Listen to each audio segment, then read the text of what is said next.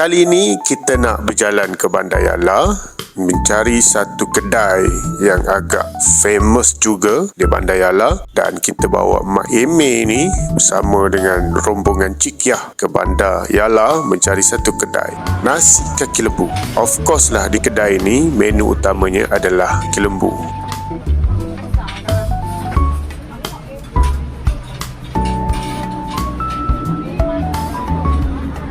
Inilah suasana kedai di selatan Thai lah. Dan ini adalah antara menu yang aku ambil, sup kaki lembu.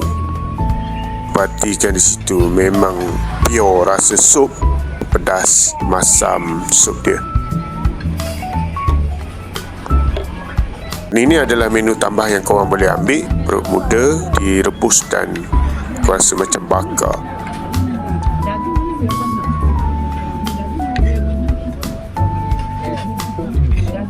Ini ialah di bahagian dapur yang berkonsepkan terbuka. Boleh perhatikan kaki lembu yang direbus bukan sekejap, 8 jam. Dan dia campurlah dengan bahagian lain, macam bonggo lembu.